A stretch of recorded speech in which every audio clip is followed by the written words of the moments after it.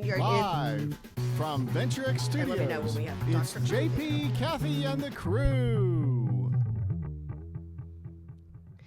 Well, good morning and happy Monday to you. Do I sound echoey? I don't know. I sound like I'm echoing in my head. Or is that just me because it's a Monday? Maybe that's better? I don't know. I know I sound very trebly. I don't know. Message to the crew. Let us know if I sound funny today. I might sound really funny because I forgot my glasses at home. So it's just been, and let me know when Dr. Clothier comes on. Okay, as soon as he comes on, I can stop chit-chatting away. So our heater goes out this weekend. And normally, I'm a hot-natured kind of person. I like it cold in my house anyway. So I'm like, yeah, it won't be that bad.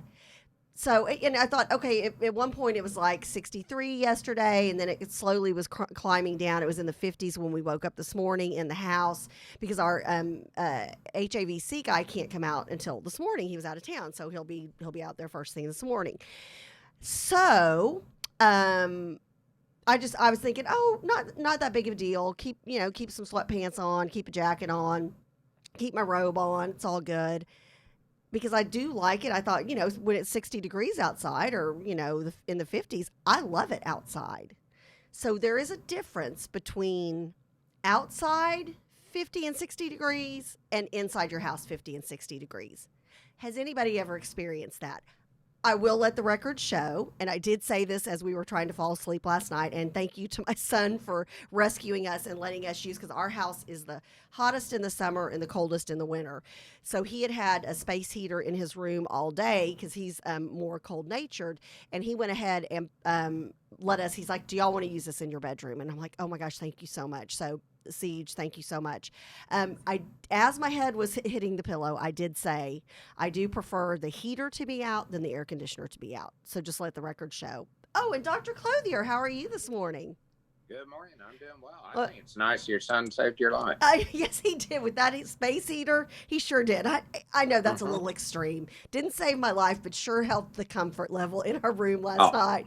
Well, welcome to JP, Kathy, and the crew, Dr. Clothier. We're always happy to have you on and start our Monday off with you because we know you're going to provide us with a wealth of knowledge. And my goodness, for how many months now you've been providing us with good updates and ever-changing updates on the coronavirus. It's been about 9 or 10 months. Probably one bad update, but mostly good ones, I think. So they've I hope. Good. Well, you got to be good. careful how you qualify that, But yeah, we try to spread the right information. I think that's. I hope to be the voice of reason in medicine, honestly, because I think there's a lot of outrageous thought out there and outrageous comments, and we just have to be careful to stay grounded with some degree of actual information, I think. Yes. And I think that's where we are with the vaccine. Yes. Talking about the COVID-19 vaccine. One has been approved. We already had a call from a patient Friday afternoon when they heard they'd be approved. And they said, well, they'd be here Saturday morning to get it. And wow. And I've already had people ask me, too, if they could go ahead, even though it wasn't approved yet, if they could go ahead and get it. And really? So, here's the challenge there is that it's approved, but it's not distributed yet. And, of course, we've now all seen the video of truckloads of it going around here and there. And it just takes time, logistically speaking. And let's talk about that. It's approved. The difference between that and being distributed, and I'm sure most people understand. But you're right. We've had friends talk about it, and if it's on social media, it must be the truth. And people on social media who are like, "Oh, I'll be the first one in line this weekend," and I'm like, "Don't they live in the Dallas area? So where are they going for it? Because to my knowledge, nobody's distributing it yet, or nobody's giving the shot yet because it hasn't been distributed." Yeah, it is in the midst of being spread around. I tell you, it's extremely fast. I mean, this is one of those deals where I think we'll look back and see how America mobilized very quickly. And part of that, President Trump had companies ramp up their syringe production, needle production, because all those pieces have to go together. Just because you have an immunization doesn't mean it can get into an arm. Right. And I think it's, it's got to get to the the point of having, a syringe, a needle, a person to give it, a facility to give it in, and then the right person to receive it. So I just wanted to kind of go through some of that logistical side, and I'm no logistical wizard, I mean, it just is. Well, but you know more than we do. That's why we have you on the show. Oh, that's very kind. But the issue is, we have 330 million Americans. Let's say only 200 million of our 330 million want the vaccine because the other ones, their neighbors told them it's not a good idea or whatever. And I think, the immunization is really based in science. It is something that's been worked on for a long time. We touched on this last week that medical scientists have no desire whatsoever to come up with a product that's known to be a bad product over time. Right. That is just not the motivation. And this is also something, there have been virologists who've been working on antiviral vaccines for years and years and years. This just happens to be the most recent manifestation of a bad virus that they are working on. So it's not like they came up with the thought 6 weeks ago and said, oh, we better rush something out there. And by the way, let's put a microchip in it so the government can track you, and let's make sure it hurts people in a bad way. That's another thing we wanted to ask you about. We were going to wait until after the first of the year, but is there a microchip in this vaccine that these people are going to be taking? Yeah, of course not. Microchips take a long time to manufacture properly too. So, the biggest risk, honestly, that I tell people, because I get that question 10 times a day probably, is, what about the microchip in the vaccine? Yep. Well, first, the vaccine hasn't been out, so I suppose nobody knows. But I believe that the government has no desire to put a microchip in every person because I think it's hard to do. I think, that'd be the weird, nanotechnology, all that. We're really just not reasonably there. Plus, everybody already has a microchip with them all the time. That is their phone. Hello. And why try to outperform everyone already revealing their location at all times? You do. And it's funny, Dr. Clothier, I don't know if you have one of those Alexa devices at home. I don't. Now, I do have a Bluetooth speaker, but it's not interactive. Literally they're watching you. If you've got what is it, Google Manager, or there's some Google product that if you have that, it's recording everything you do at work while you're sitting at your computer. If you're talking loudly enough from another room, it can hear you. So I think everybody worrying so much about the vaccine having a microchip in it. I'm like, okay.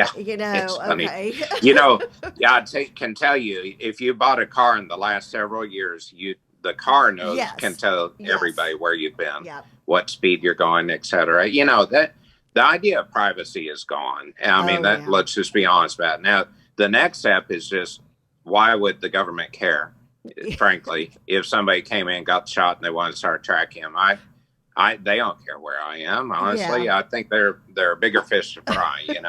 But they tell me on social media, Dr. Clothier. Again, it must be true. Yeah, but it's just fascinating how we've already yielded all that freedom, and now there's this fear that will come about through a medical means, and I just don't see that happening. I mean, I think it's kind of crazy. I actually, as a side thought, I leave my phone in my office during the day when I see patients because I don't want it identifying what I'm talking about, what products, what disease conditions, whatever, because it'll pick up on that. And I just figure it's better for privacy, for confidentiality, to not reveal to my phone and to, whatever company and provider what all is going on. And they want marketing information, believe me, but I just don't do that. So just be careful of the rumors and go with the realities, which is the virus now has killed about 300,000 people in America. Those are, a lot of people try to make the argument, well, wouldn't those people be dead anyway? I think that's a really ugly argument to try and make, honestly. And that'd be almost like, if you had a neighbor killed in a car wreck, say, weren't they going to die this year? Probably anyway, somehow. And that is unsatisfactory, unethical, and improper. And I think what we have to realize is the virus is harming people, and there are deaths, but there also are long-term conditions that we have yet to really figure out. And that's to me, not that the deaths obviously are horrible. And, we just, Charlie Pride, a local musician, a famous musician who we're going to be paying tribute to a little bit later today, passed away of the coronavirus. So it's any death is awful. I'm really fearful, especially for the younger kids. I'm not as concerned about, somebody like me in my 50s and older, but some of those younger kids, are there going to be any side effects when they go to have kids, when they get into their 30s, when they start to develop high blood pressure and some of the things, unfortunately, you naturally develop as you get older? That's really where I'm very, very concerned about the younger folks coming up, that we need healthy for a long time.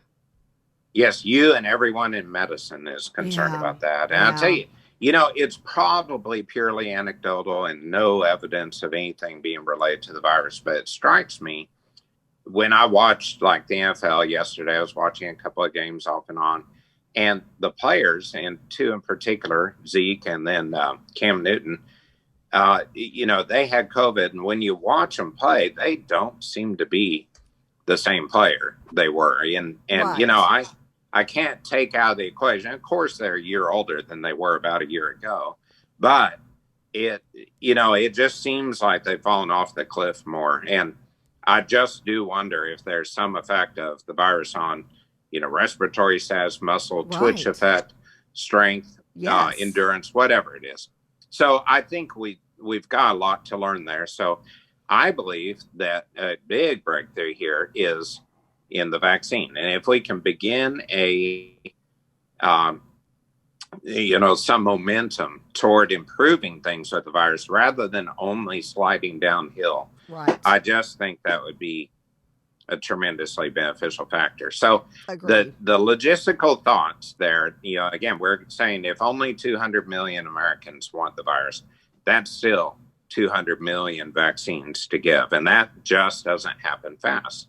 For one thing, that many are not in existence at the moment. Right. The second thing is, of course, people are spread all over a relatively large country, as we know. And, it just takes a long time to get there. I've already, as I mentioned, I've had patients ask for the virus. I've had them tell me they're coming in for it. I've had some say, well, I'm trusting you to put me up high on the list to get the vaccine. Because you've got that influence. I'll tell the president. And I will publicly say I don't take bribes. I have joked about that before, but I don't. And it's also one of those things. Nobody is coming to me to ask me, "Oh, would you give us a list of your patients in order of importance to you for them to get the vaccine?" Right. This is going to be something that must, by its nature, be determined by a larger group that has no personal knowledge of the person, because if you start trying to pick and choose who you think should live, then we're really living like it's a movie or a novel or some sort of crazy, postmodern era that we don't want to be in.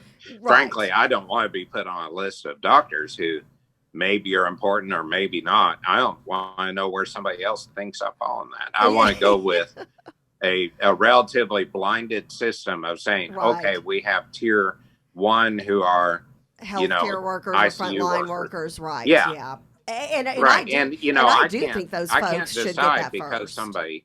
Right. Yeah, I can't decide because somebody wants to work on a novel in the future that they need the vaccine over someone who doesn't, for instance, just as a vocational thing or, and it's interesting that I'm getting asked that because I know why is because people don't want to get the virus. And, there's this gradual realization that COVID-19 really is as bad as everybody has been saying. And I think even among the deniers that it's, it was going to go away after the election or it's only in America and the other stories are made up around the world. There are some wild conspiratorial theories that don't hold water at all. I mean, I'd love to come up with some of those theories. I think they're fascinating. I think they'd make for a good book or story or whatever, but they're not real. And the reality is it's a harsh virus. It's very contagious. So we need to talk a bit about going into the holidays because I'm concerned because, everybody's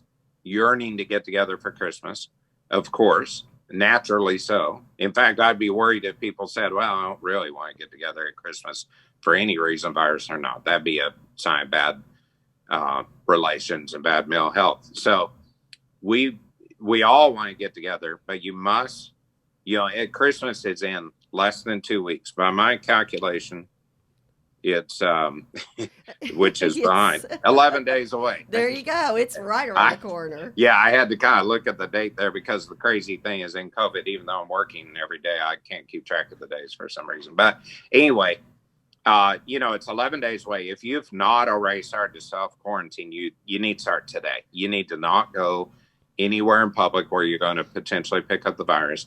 You need not be around somebody sick.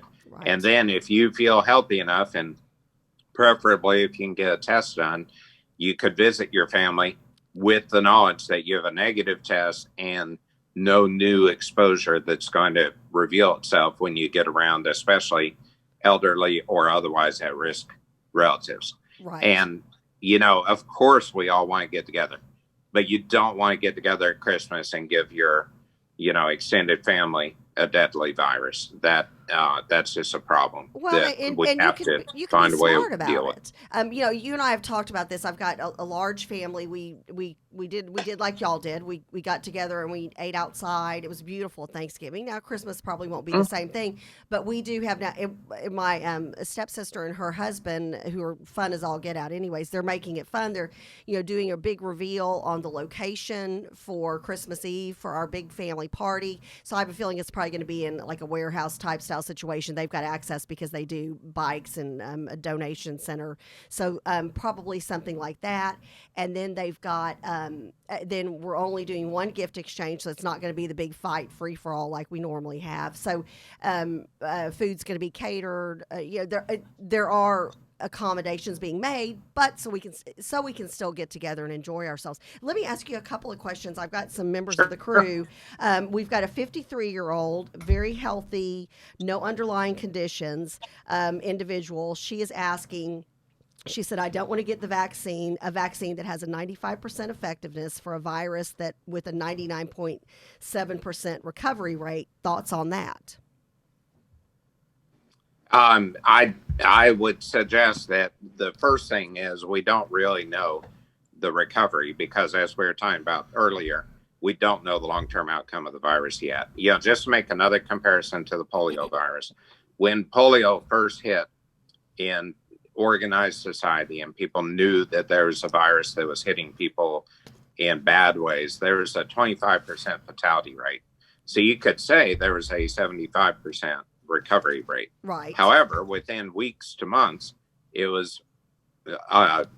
became apparent as people had shrinkage of a leg or onset paralysis that there was a long-term effect that had not been seen initially because, frankly, people were so shocked and overwhelmed at the death rate that it took a while to see all the neurologic effects. Okay. And we now have a vaccine that has mostly eliminated polio until there are outbreaks where people don't get vaccines.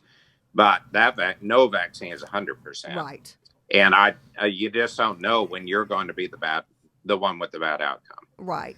And then we have another question from another member of the crew, and I think we've asked you this before, but we're going to keep asking it until you have an answer.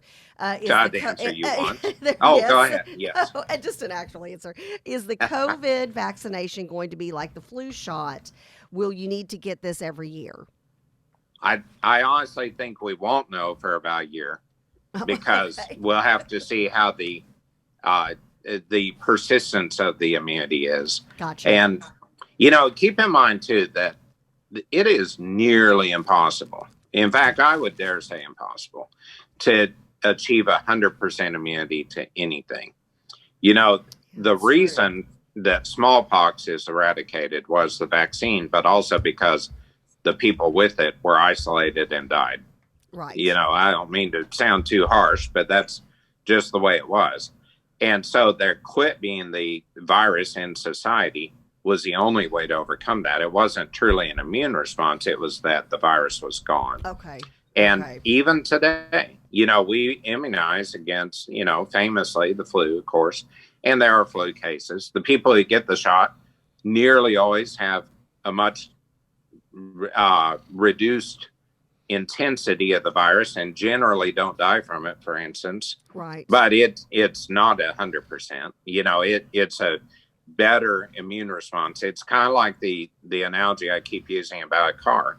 If you're in a wreck and you have airbags and seatbelts, and you mostly stay in your lane, and you know you're not going to be out there getting wrecks all the time, into wrecks all the time. Right. You have better odds of surviving that, of getting through that well, if you have protective gear. And this is like protective gear. So what we don't know, I mean, I would dare say I don't think we're going to reach the point driving where we say, oh, you know, everybody has become such a good driver now that we don't need seatbelts and we don't need airbags and we don't need, you know, lanes. Yeah. We just can see people doing well. So we don't know yet because the virus is new. It's only been known in its genotype for 54 weeks now. And we've got to see what the immune response is over time. So I believe we won't know the future booster for a while. And to put that in perspective, for instance, when tetanus shot, which tetanus is relentlessly fatal. Right. When the tetanus shot came out, and the reason you know nobody who's died of tetanus is we have a tetanus shot. And you don't know if you're going to go step on the rusty nail or not. But if you get a tetanus shot, you don't have to worry about dying because of that. Right. Well, when it first came out, it was thought to be a one-time only shot. Now it's a booster really every 5 to 10 years, depending on risk. Yeah, 7 years is pretty average, and 5 years if you're at high risk by metal injury, and 10 years if you're routine. Right. And, you know, it's not odd to have a booster, and it may be annual, and it still won't have microchips in it, I believe. And I don't think it'll be more risky to get a second one or a third one or a fourth one, because you're still talking about immune response to a purified protein, not the live virus. Right. And, you know, and I think people are funny about thinking about immunizations and thinking it's this huge plot against them. I think the one reason we have exceptional health in the United States and other countries that are of similar, medical knowledge, the reason is we have access to vaccines, and that's actually a great benefit. And I think there are many areas of the world that would wonderfully benefit from the opportunity to prevent disease rather than to be destroyed by disease or I think he maybe froze just a little bit. Scientists and the governmental agencies and such. Well, and you froze just a baby bit there at the end, but I believe we understood what your gist was. Well, that was the answer, by the way. I gave it, but I can't give it again. Yeah, so that was it. Do you need a booster or not? So tune in 2022. Okay, so this is, and I think this is interesting. I think it kind of depends on the your age and what you lived through. One of our members of the crew said his oldest sister got polio in 1953 and died due to complications. She was 3 years old. Sure. So yeah. I think a lot. I think like for my kids, the thought of, now I'm not rushing out to get them a vaccine right away. I don't want them to be in that first group, but eventually they would be of the age, like I talked about, that age you want to protect because they're young and we want them to stay young and healthy for a long time. They're used to, every year without fail, mom drags them up to Walgreens or CVS and we get a flu shot. So they've grown up where the vaccine like that is a normal part of life. I think for somebody who lived through polio, I just think you've got a different perspective depending on your age. Right. And that's absolutely, if you think back to the diseases that many of us did have as children, or at least knew people who had, there is a lost perspective about those diseases because we've been able to immunize and largely, if not eliminate, then at least greatly reduce the outcome, the bad outcomes, and improve good outcomes. Right. And it's a loss of perspective, I think, on that. For that sad situation of the 3-year-old dying of polio, the sibling, I think, they would absolutely go back in time if they could and have a vaccine and prevent that death. Right. Oh, absolutely. And see what that life became. Right. Because that life would surely have been a blessing. And, yes. and I think we lose perspective that people used to die in America from tetanus. And, right. Now there probably are like 3 case reports over the last 20 years of people who have had it and died because, we are able to immunize against it. Similarly, measles isn't causing brain damage and deafness, and mumps isn't causing infertility, and just on and on, all these various diseases that our young people frankly don't even probably think are actual diseases. Because we prevent them. Well, and I think they're unheard of unless you've mentioned them to your child from, hey, back in the day, this hit our family, or back in the day, this. I certainly, I remember when my daughter stepped on a rusty nail, and she was right on the cusp of needing that booster shot or not. And we went ahead and we, erred on the side of caution and got her the booster shot while she was at the ER and all this kind of stuff. And I took advantage of that time and said, hey, this is why this is an important thing. Back in the day, something like this happened, it was a big tragedy. Nowadays, we're going to leave. You're going to be off your foot for a couple of days. You're going to get some ice cream and a new stuffed animal, and it's all good. I think, and that's the right perspective to have. And, I, for instance, have had my appendix out. I could have, when it flared up, I guess I could have said, this crazy medical establishment says there's a surgery for that, wouldn't want to do it. And it's relentlessly fatal if you don't. And so, I could have presumably just sort of decided that was sort of a conspiracy, that there's, a surgical realm. And in fact, I got charged, I got charged by a surgeon, anesthesiologist, a hospital. I got charged for the OR time. Yeah. Yep. And I benefit from those because by all appearances, I'm still alive today. I was going to say, you are alive, so it's good. Yeah, I haven't actually checked my vitals today to be sure, but it's a weird, when you're in that situation, I think you realize things differently. It's kind of, not to beat the dead horse too much here, but I think when, for instance, I'll see a young couple with a young baby, and that sometimes they'll spontaneously bring up, I hear, some people go get tubes for their baby in their ears, and why in the world would anybody ever do that? And I think, well, you don't understand, because your child isn't the one with fever every night, screaming every night, and the bad infection. Right. And, when you're in the spot where you are affected directly, and I think more and more people are realizing they're being affected directly by COVID-19, because we are having local, more famous deaths. We are having more family members. We're having, our neighbor's granddad dying from it.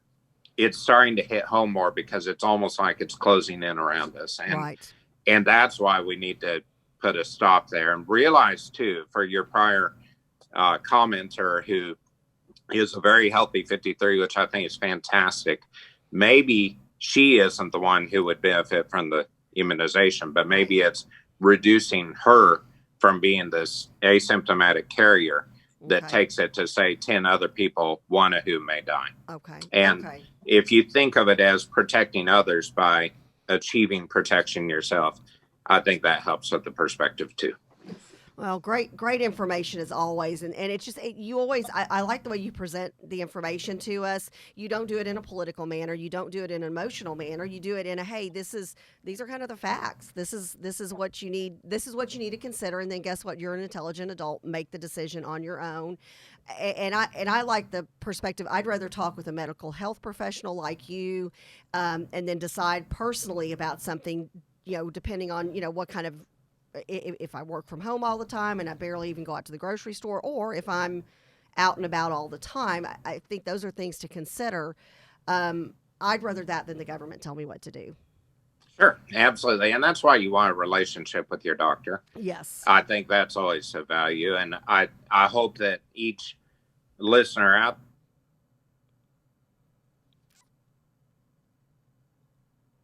froze up just a bit. We always in medicine are talking about weighing the risk and benefit ratio. And you have to determine, what's riskier, what's more beneficial, was right for that individual. And frankly, for that community, if somebody has a community of elderly, somewhat frail, or disease-stricken family members, they're going to feel differently about the whole situation than someone who, basically doesn't know any of those people. I mean, that's just the nature of it. So we just, a year ago, none of us saw me in any way whatsoever. And we've had to adapt a lot, and we've had to adapt in some painful and frustrating ways, but we also must adapt to the reality. And I think that's where we just need to be grounded in what is real, what's rumor, and, try to go with what's actually true. Right. Yep. Well, thank you, Dr. Clothier. Have a blessed week. We appreciate you. And Thank then you. we'll see you after we're running your reruns the next 2 Mondays. So we will see you after the new year, and we look forward to, I guess, January 4th. Will that be right?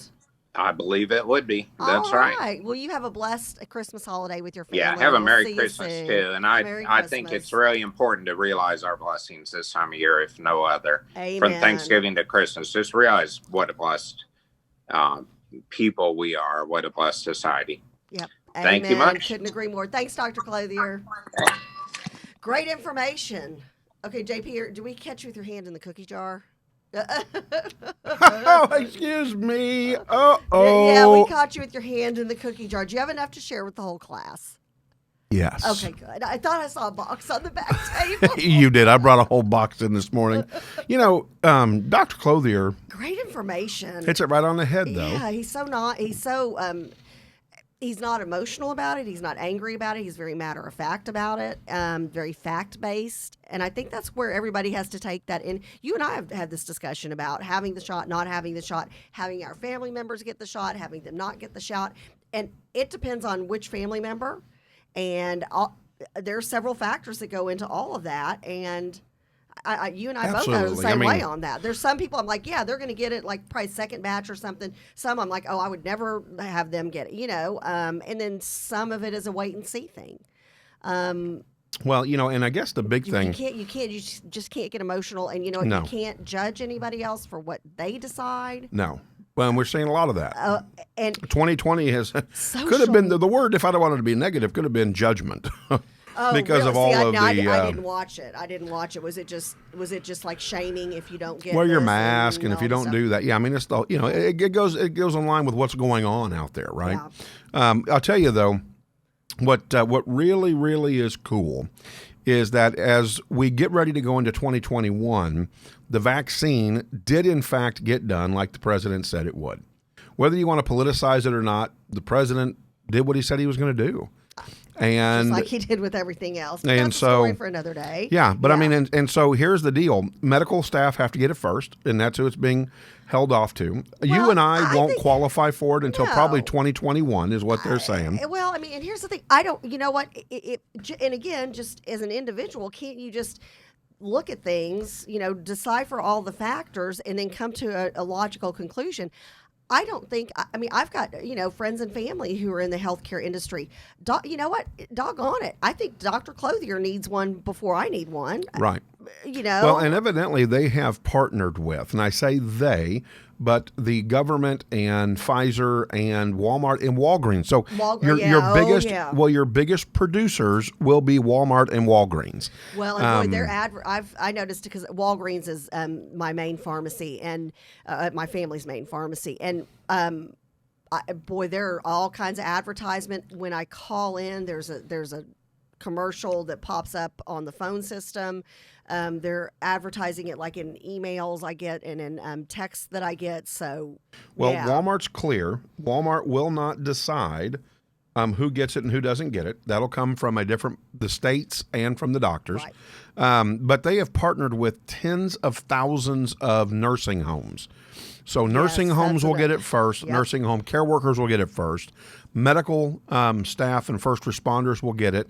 And again, it won't be open to the regular public more than likely until mid-2021. So it's going to be interesting to see now that the vaccine is out how, Commandant Biden and his drill sergeant, Officer Schultz, how they handle the fact that the vaccine's out there now. Are we all going to stuff to do is 100-day mandated mask wearing? Are we going to all get a mark like a red X or a red A on our on our shirts because we don't get the vaccine, so we now have a scarlet letter on us. Well, and that's one of the things that somebody had mentioned. There was a social media thing that I would assume went viral. I saw it several times, and they were talking about that. Will you be marked in some? Will you be mandated? And I'm like, come on, we're America. I would hope not. Well, okay. Again, that's where we get into this shaming and. Gosh, at first when people were mandated to wear masks at stores and things like that, remember you had people who were getting in fights and people who would follow people around the store. And I'm like, people attacking people. You're chancing. Put on your mask. Why are you wearing your mask? And I'm like, you're yelling at this person and you're chancing spreading the disease more than the person who's just walking through the store real quick and grabbing a bottle of ketchup and hitting the road. And most of it was in California where you're not supposed to sing, but you can yell. Oh, I'm just kidding. Yeah, really. That's a joke. So let's get let's get off onto some other topics that people have produced for us today. I'm going to kick over to Michael's production in a moment, but I wanted to start off with Coach Quigley. Coach produced Dick Van Dyke turns 94 today. Oh, is it today or yesterday? Oh, yesterday. I'm sorry. So happy birthday to Dick Van Dyke. Okay, favorite Dick Van Dyke character. Oh my goodness, Fiddler on the Roof. I'm sorry. For me, it's the movie and the Broadway play and well, the Broadway play, 'cause he wasn't in the movie that they did. Right. But he's got so many great. First of all, the Dick Van Dyke Show, hilarious, just greatness. Loved him in Mary Poppins. But loved him in the last Mary Poppins even. Yeah, because he did. Did you see that 93-year-old jump up on that desk and do? I mean, he was hilarious. He was what a great all-around entertainer. Right. Sing, dance, physical comedy, everything was just great. But I'm going to have to say my favorite Dick Van Dyke movie and one of my favorite all-time movies, Chitty Chitty Bang Bang. That was fun. I enjoyed that. Loved it. But I'm telling you, I loved him in the Broadway play, Fiddler on the Roof, and he's so talented. I don't know, why did I think that Dick Van Dyke was in the movie? Are you sure he wasn't in the initial movie? I've got the whole movie memorized. I'm trying to remember. What movie was he dancing on the roof with a cartoon character? Mary Poppins. Okay, then it was Mary Poppins. You're thinking Mary Poppins. Movie Mary Poppins, play Fiddler on the Roof. Okay. And I didn't even realize he had been in Fiddler on the Roof, the play. I believe so. Okay. I think you're probably thinking Mary Poppins with Julie Andrews. Well, that one as well, but I'm thinking both. Okay. I love both. Chitty Chitty Bang Bang is just, I can watch that movie. I still watch it quite often. Hushabye Mountain and Truly Scrumptious and the Old Bamboo, just his dancing, his acting, and how his many singing of us loved was his fantastic brother? in that. Did you love his? I loved his brother in his Coach. Brother. Like Loved Coach his was one of my favorite TV shows. He was in Coach. He was also in that show, The Middle. Yeah. It was in a number of shows, and he was great as well. Just what a talented family. But Dick Van Dyke, 24 years old. He still acts like it. 94 years old. So happy birthday to you, And I think Dick Coach Van Q Dyke. said that his mother's birthday also. Yeah. Same day, right? Yeah. Yep. There you go. He did. And then So Michael's thanks, Coach. produced some stories for him. Michael Wiseman. Yeah, and let's see what I can read and what I cannot read. So I'm pulling up links. Thank goodness my husband. I put my glasses in my other purse because they weren't around the car, by the way. Thank you, because I was in a freezing house. I was all discombobulated. It's a miracle I made it out the door today. So let me see if I can. And that, by the way, that New York story was a big story. By the way, it really is. So I'm gonna read this best I can right now, and then we can kick it around. But then I've got two interesting Santa stories as well. But New York PD shoot an armed suspect at the Cathedral Church of St. John the Divine, and most of you know St. John the Divine. This is a church that has been being built, if that's the correct grammar, for 100 years and is still not built. There will be a spire, a staircase that goes up to the top. When this church is completely finished, there will be you will be able to fit the Statue of Liberty in this church. So from what I understand, and since I can't, for some reason it's not letting me do that little thing where you do like this, JP, and you open it up and make the words bigger. So basically there was a concert outside of a Christmas concert outside of the Cathedral Church of St. John the Divine in Harlem, and a shooter came and opened fire on the crowd. The shooter was was fatally shot. So thank goodness, because I know they've defunded and quite a bit of the New York police. So I'm glad that they were still able to come and Defunding. and save them. I don't know if anyone else. I don't think anyone was killed in the crowd. Praying that that's the truth. And again, I can't really having a hard time reading this one because it won't open up for me. But just heartbreaking. We haven't. I sent you a link, Chambrielle. You want to put the cathedral up on the screen for me? It's almost like because of COVID, you haven't had the big crowds lately. So it's interesting when my husband, he was like, hey, there was a shooting. And I was like, wait, what? It sounded odd because not that there aren't shootings. Let's talk Chicago on any given weekend. You've got, all kinds of crime, all kinds of people being shot and killed, murdered. Oh, yeah. But as far as like a gathered crowd, because there just aren't very many gathered crowds since last March. Well, and also in New York, Right? it has become a free-for-all.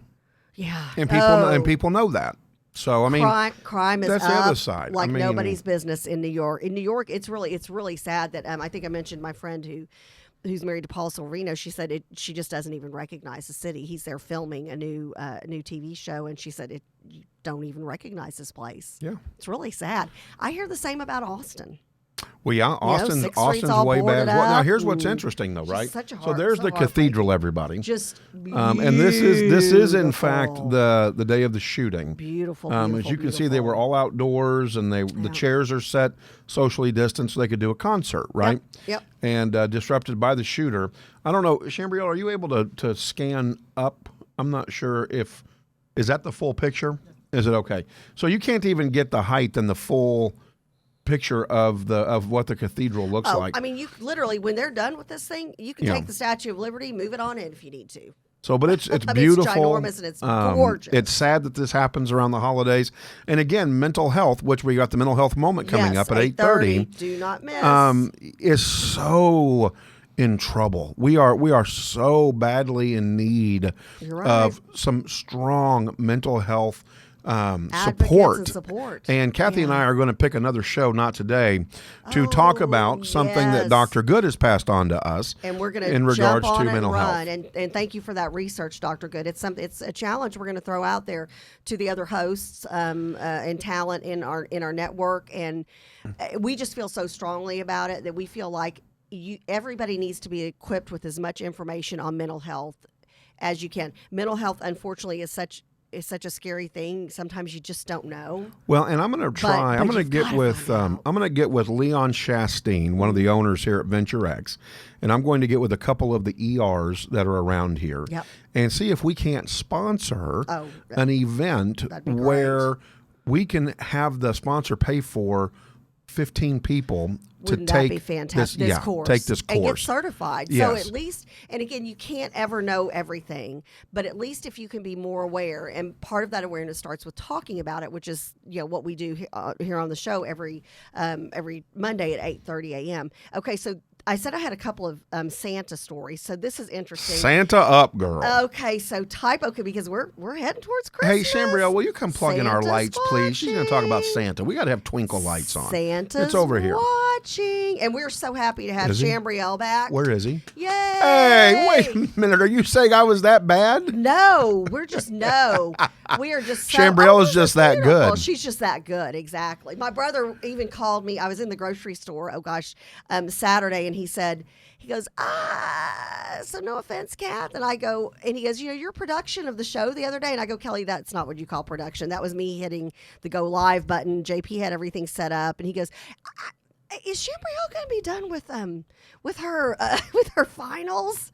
And I was like, oh, so you just want Chambrielle? He goes, well, Well, like, you know. I know what that you means. did good. I know No, what that ma'am, means. you did good. You sat down in the chair and you did it. You showed up. Hey, I showed up and it kept You going. showed up. That's all I have to say about that. We are going to break That's your all- technology that's all bubble. that's We're doing all- it. We're doing it. All right, that's Santa. all we can Let's say. talk Santa. Okay, so this is crazy. So a typo leads to a New Mexico group holding gosh, this is like you got to proofread, not just spell check.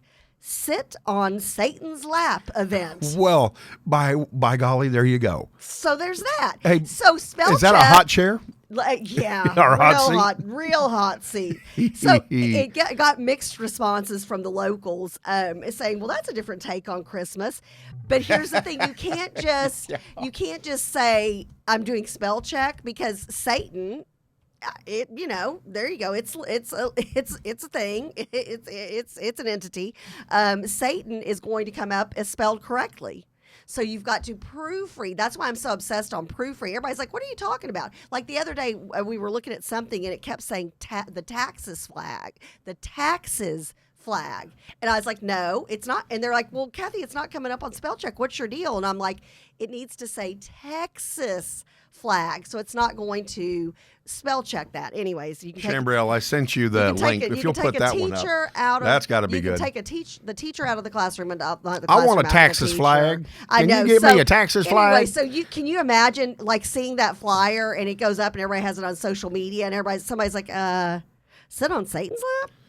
Well, and it's funny. I mean, this really can't be. I mean, did you see the graphic on this? No, I just read the. That wasn't a play on words. Yeah. No. What do you mean? Bring up the graphic, Chambriel. Well, it was done by accident. Oh no. Oh no, is that legit? No, it's legit. No, is that the one in New Mexico? Yes. Yes. This is the New York Post. All right. It says, surely that's not sit right. That's on horrible. Satan's lap. New Mexico fundraiser draws ire. December 12th, 2020. Yeah, a New Mexico art collective is spurring outrage and ire for their pandemic relief fundraiser. The Albuquerque Art Group, Entertainment Art Collective, was originally supposed to be sit on Santa's lap, but due to a typo, and they went with it. Turned it into sit on Satan's lap.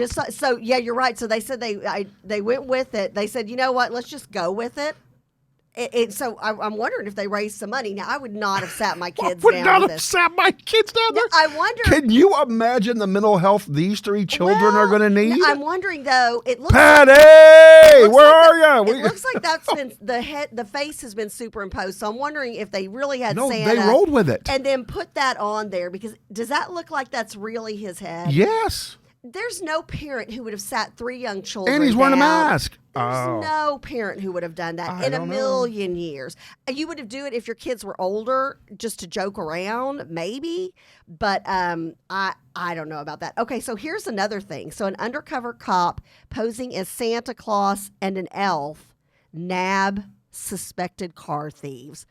How great is that? I heard that story. I read that one. And I'm sitting here thinking, when this came across to my attention, I was like, that's like, you should be like trained in security when you're a Santa anyways, because you're going to hear and see things that nobody else has your perspective on. So I thought that was very interesting. They say a video shows the arrest in Southern California of two suspected car thieves by a Santa Claus and a holiday elf who happened to be undercover police officers. Yeah. Happened in Riverside Thursday afternoon as the undercovers were conducting an operation targeting shoplifters. Interesting. And got word that there were three suspicious men casing vehicles to steal. So they busted some chops, and I love it. So Santa and his elves to the rescue. Yeah, absolutely. Michelle says, well, I guess it's better. Is this a real picture? Okay, Chambriel, I'm going to send you this. There's a picture with this. Okay, so Michelle says, well, I guess it's better than sleeping with Satan. That's true. Yeah, I mean, that works. Steve Dunn says, yes, just think of all those Christmas cards Satan gets from dyslexic children in December. Forgive me, Lord. I will go to confession tomorrow. Yeah. And then Fred took the thought right out of my head. See, it will be a yearly thing now. That and Krampus. Laugh out loud. Well, and it's funny that pulls up because 5 years ago was when we introduced the kids to Krampus. And so yesterday in my time hop, all these pictures of the kids with Krampus. And it's funny because we've got these family photos. The kids are all like into it and going, and all being all screaming and everything. And Michael's, he's sitting there kind of laughing. And I'm on the very edge of the sleigh, leaning as far out away from Krampus while still being in the family photo. And I was like, yeah, you could tell 3 people out of 4 enjoyed that family outing. Because at first I didn't think I was going to have to get near Krampus. And that's when Krampus told us that he said, well, what do y'all leave out for Santa? And they're like, oh, queso, reindeer mix, some carrots, some V8, and some milk. And Krampus goes, I like Cheetos and Shinerbach beer. So from that Christmas on, we also left out Shinerbach beer and Cheetos for Krampus. So there you go. Of course, the kids were older. So there you go. and then Chambria, let me know if the picture came through. It's right there. It was right there. The Play-Doh. There it is. How great is that? Yeah, Santa looks like he's giving them the Heimlich. Good for them. Yeah, absolutely. I think that's genius. Oh, I do too. Because you would never, if you're out and you're looking to steal something or you're up to no good, you're not even you're oblivious to Santa and his elves. That's not even a blip on your radar. So I think that's genius. Now, I didn't know they could even go out and hang out anywhere in California. Sure. So must be a part of California they can hang out in. Remember, only like 85% of California is shut down. And they've got them now in color-coded zones, by the way. What? Yeah, just to let you know. Color-coded zones. Which zone is your family in? They're in a purple zone, I think. So they are. What does purple even They're like mean? 50% and a curfew from 10 p.m. to 6 a.m. And we have lost our stinking mind. All right, so Santa is going to be on Wednesday. I got a call from the North Pole, and he is going to have something to give away on Wednesday. Oh, I love it. Yeah, and so we'll let you know what caller you have to be when you call in, and we'll get you the number Wednesday. Love it and but it'll love be it. while Santa is on. He's told me that he plans on coming on Wednesday at 8:45 Central Time, not North Pole time, because at North Pole time there is no time. Oh yeah, exactly. It's Infinity Magic it's time. Magical. That's right. It's snow time. It's reindeer time. It's snow time. It's toy time. I sent you another link, Chambrielle, if you'll pop that up. I know I'm throwing all kinds of fun at you before we get Patty to come in here and sit down with the mental health moment. But some of the things that Kathy and I wanted to talk about all the way leading up is also new toys that might be trending or cool tech gifts that are out there. And so what are some of the top... JP's a kid at heart, can you tell? Oh, goodness gracious, yes. So what are some of the top trending toys your kids are already obsessed with? And so it's Baby funny. Yoda. Well, you ready for this? Baby Yoda is right there. You got it. Yep. Now, Little Live Pets, Gotta Go Flamingo. Interactive. Yeah. What is gotta go? Is that like one that goes to the bathroom? No, I'm thinking just gotta go, like get up and go, you know? Huh. I don't know. I have not seen that. I don't know. And then also Air Hogs Super Soft Stunt Shot Indoor. Of course, indoor makes sense. And of course, that's one of those where you can probably climb the wall and all kinds of fun stuff. Like I may be buying me one of those. I was going to say, those are kind of like back in the day. I remember my brother had the Hot Wheels kind where you could do the track up the wall. Yeah. And they could ride on the track up the wall. Yeah, those were pretty cool for a boy. So, for a boy toy. So you ready for Did this? I say that for a toy for boys? Yeah, not boy toy. So the most anticipated pick for this year is Baby Yoda animatronic toy. Absolutely. Yeah, now the plushies are darling, and I will not turn down any Baby Yoda toy, just so everybody in my circle knows. But that animatronic, that's what the kids want. The one that its ears move and its little sweet face moves. And it that's can about do a its little hand and levitate the ball. Yeah, it's a mid-price point is what it is. And so it's affordable, but you want to get out there and get it if you're going to get it. The pictures seem to be gone, so I don't know what this is. I guess they're cute little collectibles called the 5 Surprise Mini Brands. And these are little cute collectibles that are also super tough to come by, but the kids are also obsessed with them. And each Like a surprise, smaller it's the version? surprise ball. It's where you break the don't ball know up, what's right? in it. It's like Marvel did that. Oh gosh, The Walking Dead. Oh, there did we that go. for a We got while. she got it to come up. Yeah, Yep. I remember now. So this Okay. is like the new big thing, by the way. Crack open the ball, see what you get. Those have been out for a while. They did Marvel. They did They have soy sauce in this one and spam. Oh, now this is fun. Okay. Now these are just mini items. These aren't actually characters Well, necessarily. no, they cracked open the ball. No, that's what I'm saying. But they're not characters. Oh, yeah, these are are good, yeah. items. Yeah, You can get some soy sauce. that's hilarious. Yeah. Then you've got the new Laugh Out Loud That is or the funny. LOL Surprise That's actually OMG great. Remix That's a great Dolls. stocking gig. Yeah, Patty, come on over here and have a seat with Kathy. Do we have the chair yet? Let's give her a chair. grab her Chambrielle's going to help her out. while we're loading that up, and Chamberlain, you can put the camera on me because I need it to be on me now because. And me. No, Kathy already had it on her. She's been the headset. And me. All right, so the remix dolls, that's a big deal. The Air Hogs stunt shot, of course, we talked about that. Then the Hatchimals Pixies Crystal Flyers. Say that 10 times Yeah, fast. no kidding. So the Hatchimals are also, they're like animals that hatch out of the egg, right? Yeah. And those have been around for a while. I guess this is a new version of them. They'll fly around your home, even land back on your hand when you put it out. So Wait, what? yeah, they the little pixie, crystal pixies, they fly around, and they'll even land on your hand. Are they alive? Are these like sea monkeys? They're alive. They're real pixies locked in an egg.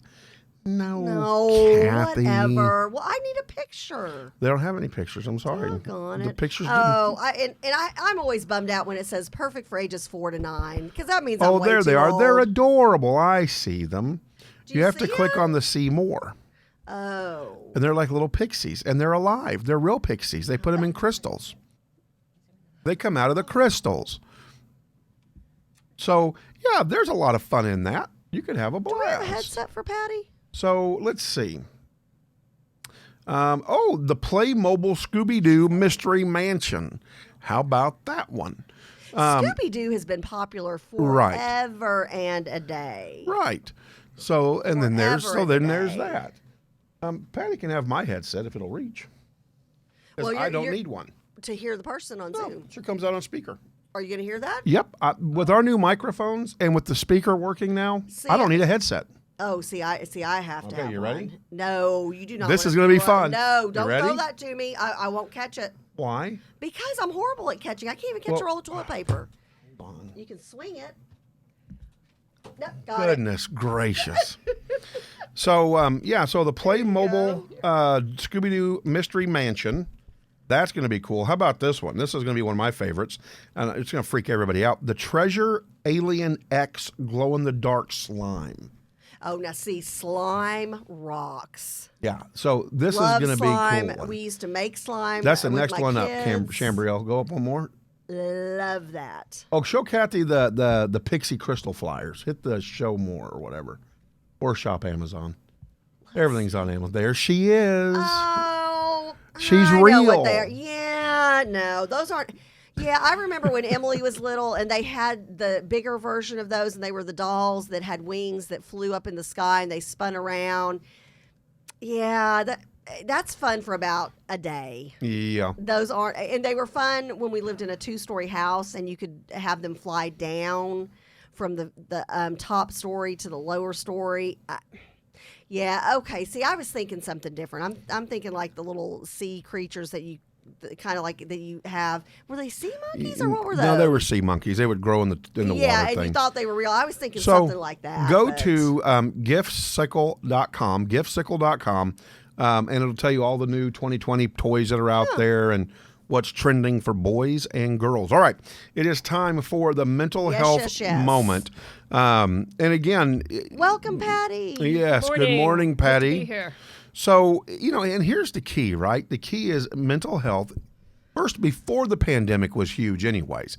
Wasn't getting any real attention, but was huge. And we were trying to draw attention to it. Right. The pandemic has put it on the center plate, and yet we still can't get the help that we need to support people that are out there. We have a friend, a mutual friend, Katerina and I do, 20 years old, committed suicide last week. Up in Seattle, Washington. I'm so sorry, John. And so, yeah, I mean, it's just, it's horrible.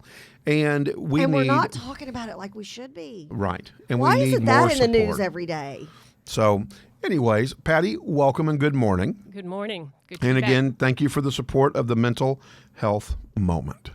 Actually, I'm really excited this morning. This is a program that is going to be really great, and y'all are going to love it, I promise.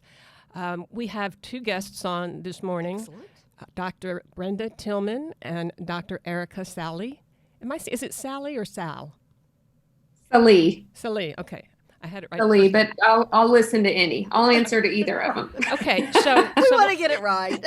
one of the things that Yeah. is very exciting about this morning is that we have talked on our show on more than one occasion about resiliency.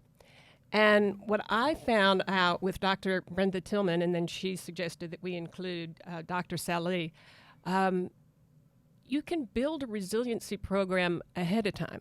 And so rather than waiting until you have a trauma or an event hits you and trying to see if you're resilient, what we're going to talk about is what these two ladies do with the readiness group.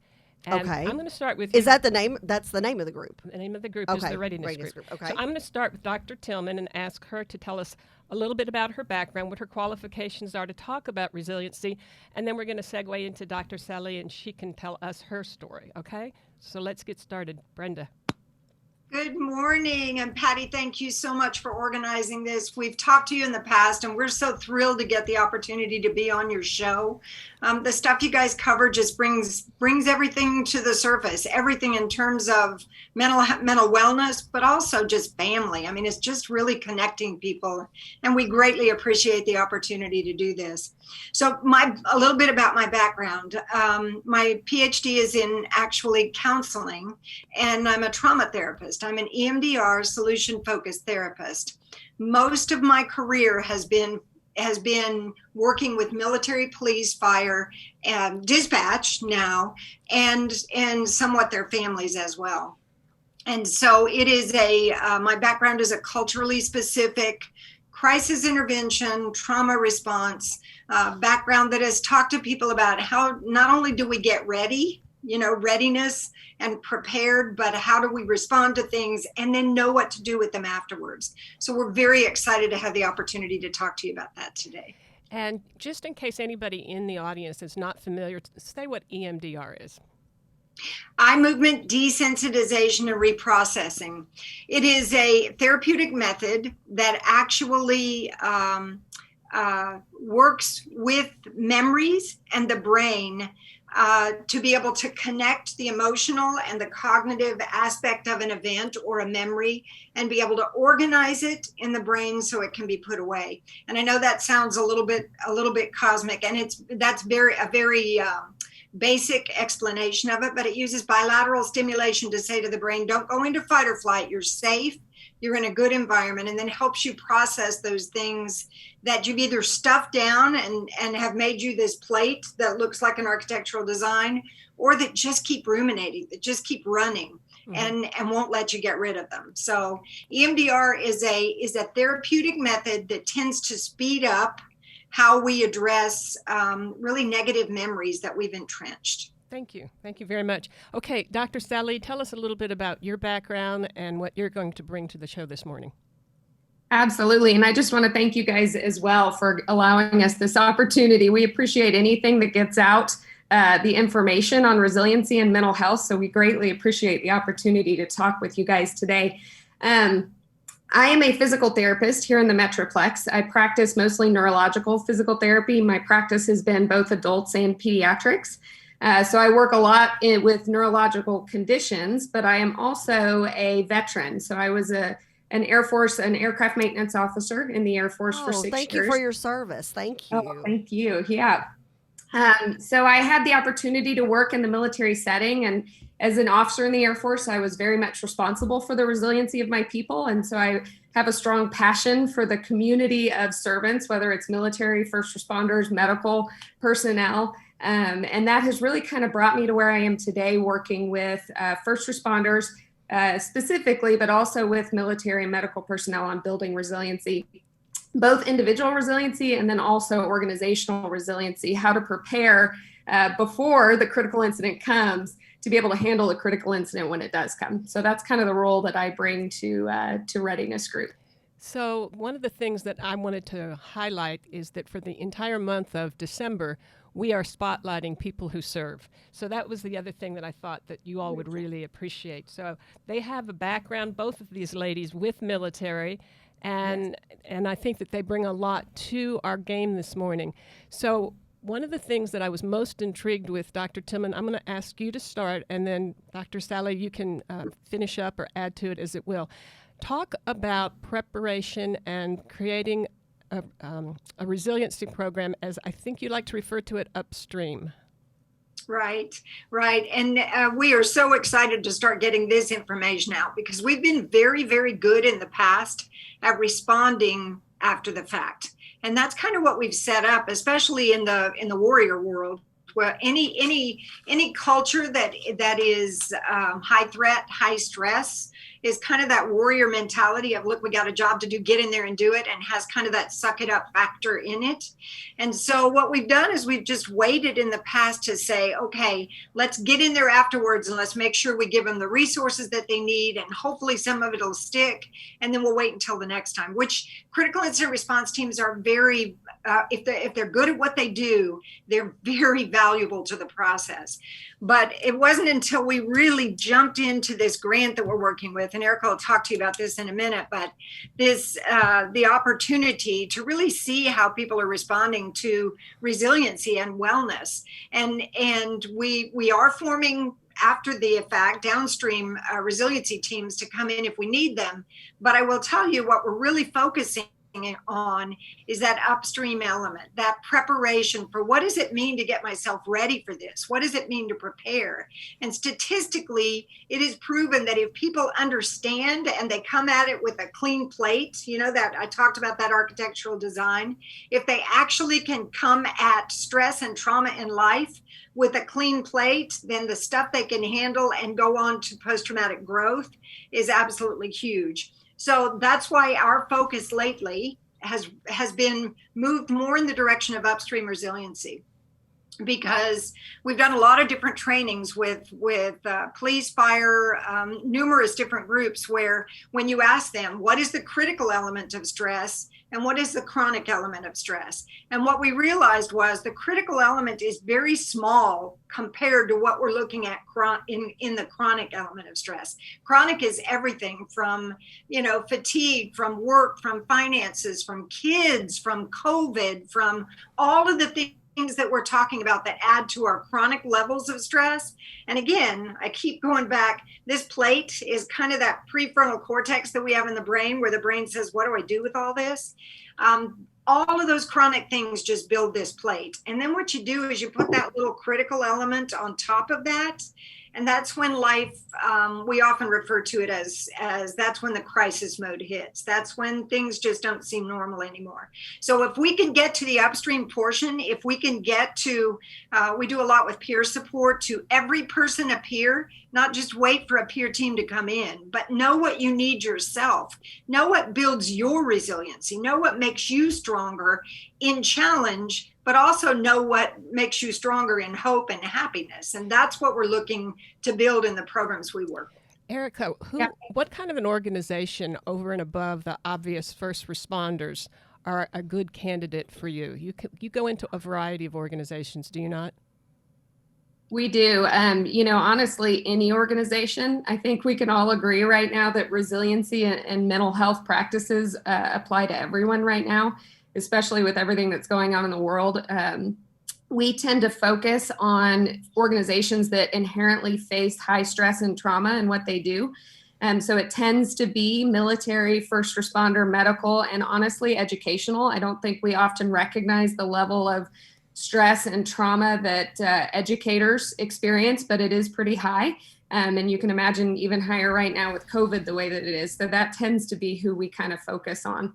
But I also want to go back to what Brenda was saying. It's really important too to realize there have been a lot of studies done in the military about resiliency, and they can actually almost predict within a certain percentage the incidence of PTSD, the risk of developing PTSD following a deployment situation, based on the resiliency measures of mental and physical health going into that deployment. And they know that individuals who have have low markers of mental and physical health prior to the deployment are at a much higher risk of developing PTSD on the other side of the deployment.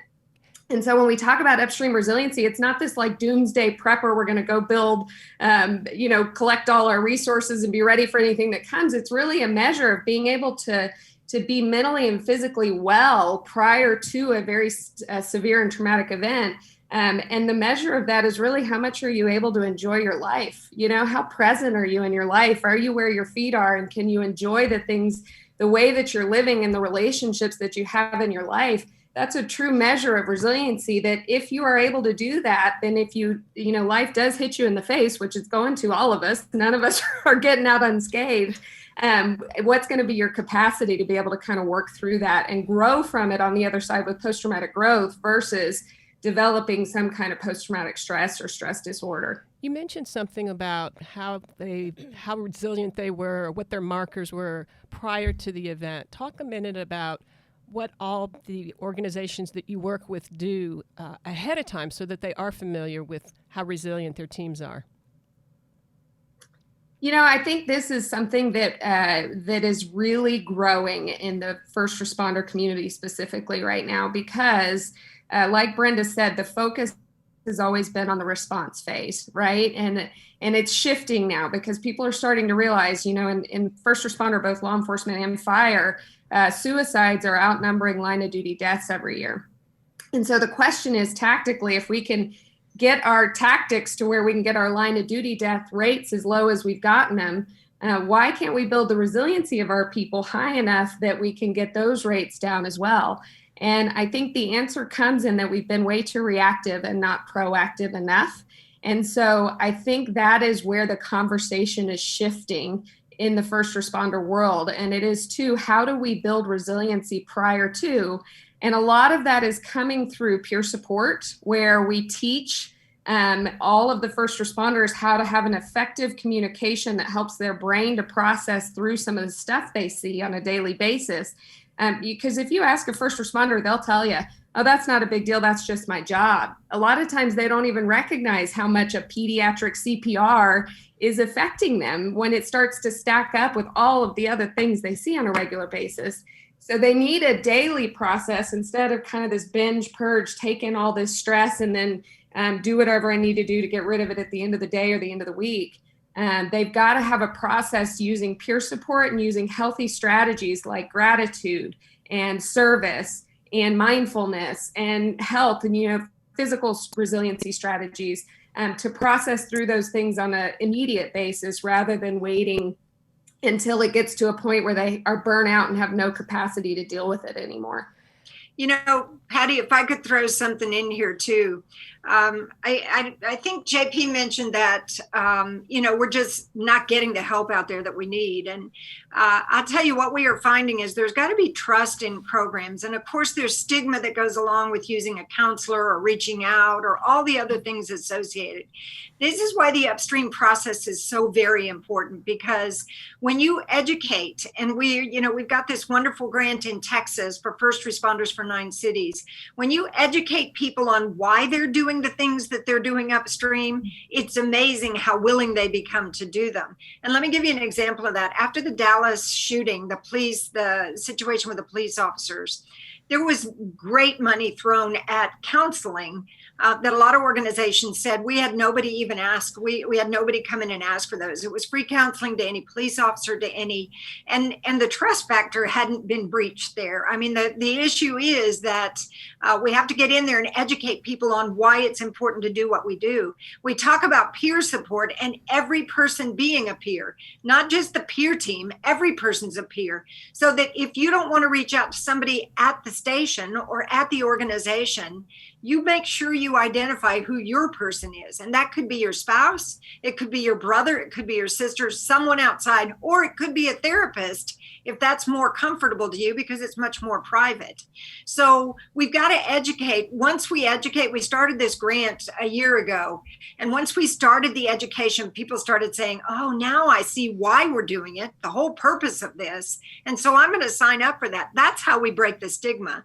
We need the education associated with what's going on in the brain at the time that you're working this stuff off. What do we need to do? And then what we'll get is people saying, okay, if that's what we need to do to get rid of this stuff, then I'm willing to do that. I don't want to carry this stuff for the rest of my life.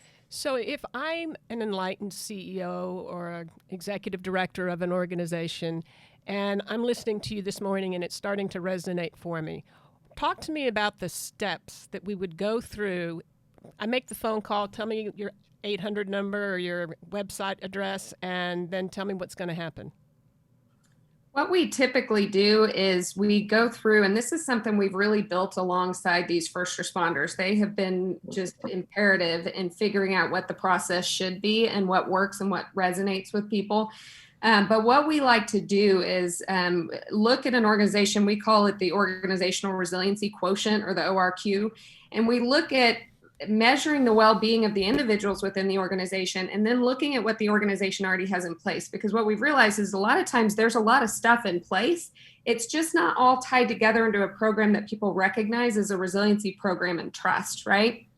So we look at the ORQ, we look at what resources they have, where their people are on their well-being, and then have a conversation, a vision meeting where we talk about, what do you want your program to be for your people? Here's what you have, here's what you want your program to be.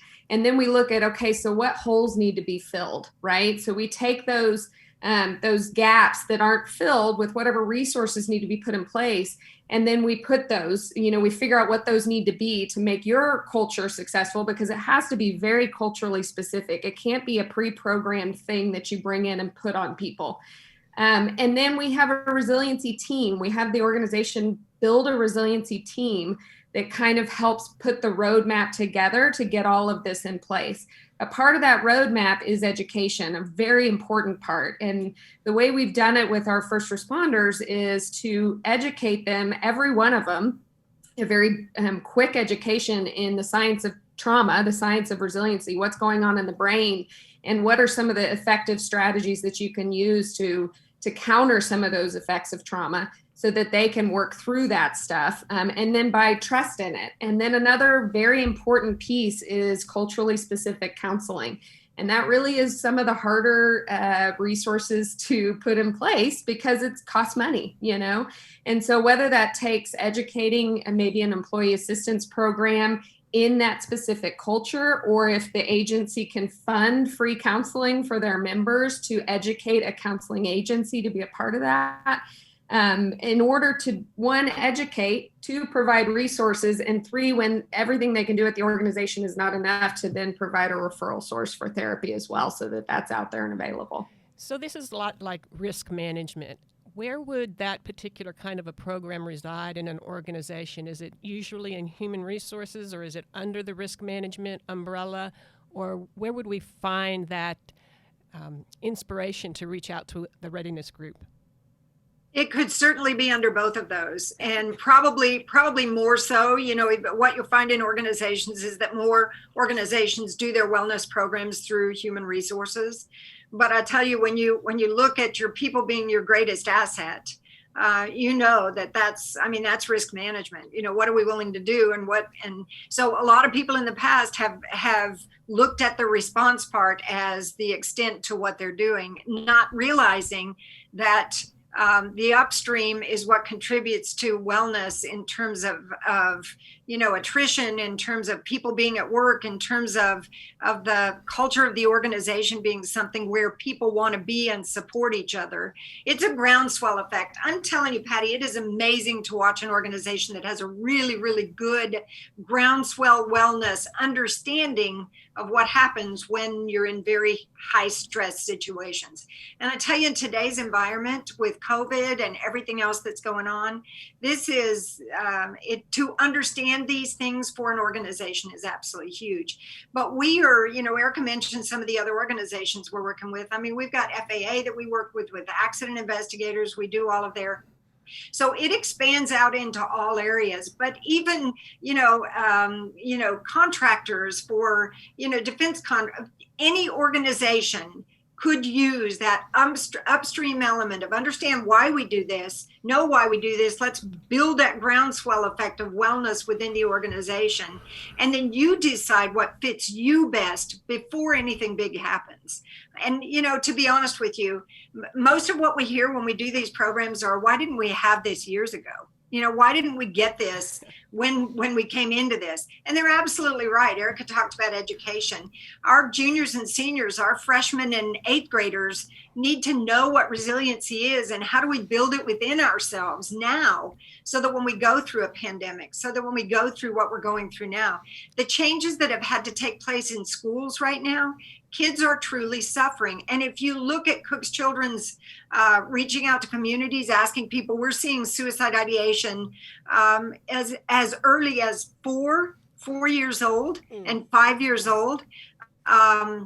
We're not doing something right in terms of building an understanding. Now, for a child that young, obviously the parental support is what's so important in that. But we need to give this information. We need people to know that you have the opportunity to fix you individually. I have the opportunity to build my resiliency so that when I do go, and I know I will through something very tough, I've got the opportunity to say, okay, this is what I need to activate. And if that's not enough, I'm reaching out to counseling, because that's a resource I have.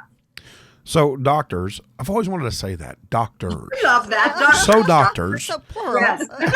We need to take a quick break and identify our sponsor today that has made the mental health moment possible, really from almost its inception. Pretty much. Being there for us to make sure that the message of mental health and the support that is needed for mental health and the information gets out to the general public. So we want to thank Acadia Healthcare for all that they have done for the mental health moment, to make sure that we have an amazing platform to be able to get out information needed so badly, not even before the pandemic, but now especially during the pandemic. You can contact Chris Getz, your own personal concierge. She is also a licensed an LPC. Jeez, Yes. Get that out of your mouth, John Payton. Goodness gracious. She is an LPC standing by. You can call her at 469-400-7499. And again, acadiahealthcare.com. Feel free to reach out to them. They are the largest healthcare outfit in the world. They have facilities all over the world and doctors standing by. So again, give Chris Getz a call. The conversation is private. Yes. It stays between you and your licensed practicing counselor. Yes. So please reach out to Chris Getz. Again, 469-400-7499. Don't stay in pain. Reach out and get help. Please reach out and get help. Okay. Another question I wanted to ask you ladies. In risk management, some of the things that you do is figure out what it is that you don't even know that's out there. Like you can manage the known risk. How do you identify what you don't know? How do you know what you don't know? So I'll start with that, and then I'll let Erica pick up on that. There are markers, there are triggers, there are things we begin to recognize that, and we talk about this a lot in the training that we do. If you're seeing these things creep up, and we've got a list of those, and a lot of them, when you look at what's happening with COVID right now, a lot of them go right along with that. Isolation is one, just that anger startle response exaggerated, that feeling of just nothing's quite right, the loss of homeostasis, that normalcy in life. When you start looking at those things ticking up, and you know what, Patty, we all have our ups and downs in life. I mean, it's not like it's going to be this line is going to go up and stay there and come down and stay there. We're going to go through, those ups and downs. But if what you see is the, 2 steps forward, getting more and more agitated, more and more frustrated, that startle response a little bit better, a little bit harder, showing more anger, and it's not coming back down enough, then is when we begin to look at, okay, what are the risks associated with me not doing anything, right? And if you think about that, the risks associated with you not doing anything are the continued elevation of that. And Right. I'll let Erica talk to a little bit about that gap between your chronic and your critical stress. That's what we're looking for joy. Erica, go ahead and Yeah, I think, just to kind of add on to that, one of the biggest things that we look at is just function, right? And this is a big word in the physical therapy world, especially the neurological, is you can overanalyze the symptoms and the different measurements to death and think you've got something really serious going on. But the real question is, how is it impacting your life functionally, right? So we have first responders that say all the time, I think I do okay with this stuff, but I'm kind of scared it's going to sneak up on me, that maybe I'm not processing through it as well as I can. And that really is the question, is functionally, where are you at in life? Can you enjoy it? Are your relationships good? Can you find happiness? If you're finding all those things, then you're doing something well to manage the stress in your life or the trauma in your life, right? The way we kind of talk about it is we look at it, and we've got a video for this on our website that explains it pretty well, but we look at a graph of, you got your chronic stress, your baseline stress that you're dealing with every day. You want to keep that as low as you can through good daily habits. And then on the top, you've got an ability to deal with the critical stress, right? And you want that ability to be as high as you possibly can through knowledge of how to process through trauma and what your supporting elements are to be able to process through trauma. If you keep your chronic stress low and your critical stress high, then you've got a ton of room in the middle for everything that matters in life. And that's what we call it, the readiness buffer, but really it's your why, right? And so we talk about the importance of education for resiliency. A big portion of that education needs to be, what is your purpose and passion in life, right? You need to know what that is, because that's what buffers you against the stuff that life throws at you. That's the reason why you should even try to build resiliency in the first place. You need to know what that is. We have this conversation with every one of our classes of first responders, and we go through and we have every one of them talk about what their why is in life. What's your not why are you a first responder? What is your individual passion and purpose in life? Because that's the thing that when life gets hard and things get dark and you can't find joy any way you turn, that is the thing that's going to pull you out, right? That is the thing that's going to go, okay, I'm going to take this next step forward because I want to get to where I can do this for myself in life. This is what I want out of life. And so it's so danged imperative that you know what that is in order to be able to want to build resiliency in the first place. So Patty, as we talk, and I'll just kind of wrap that up with this, as we talk to individuals, we always start with, nobody's going to experience the same situation the same way, right? If it's not a problem, don't make it one. If you've got a great process in place, keep doing it and share it with somebody else, because that could help them as well. We are a peer-driven organization. Our peers walk in the same shoes of those organizations that we work with, whether they're aviation peers or police peers or fire peers or education peers. These are the people who get it. If you've walked in the shoes, we can bring an understanding of the whole resiliency concept to it. But if you've not been a cop and had a cop explain something horrific to you, then the trust factor is not as strong as it can be. So that peer support process is absolutely what we push. And it's purposeful peering. It's not what we used to do of how you doing. It's really helping people organize this so that it can be put away. So we're using it in terms of a verb, peer it. We're asking all leadership to ask, have you peered that? Are you peering it? Go peer it, whatever it is. But get it to a point where when you've experienced something, get it off that plate as quickly as possible, right? Through peer support. And if that's not enough, then reach out. If it's not a problem, don't make it one.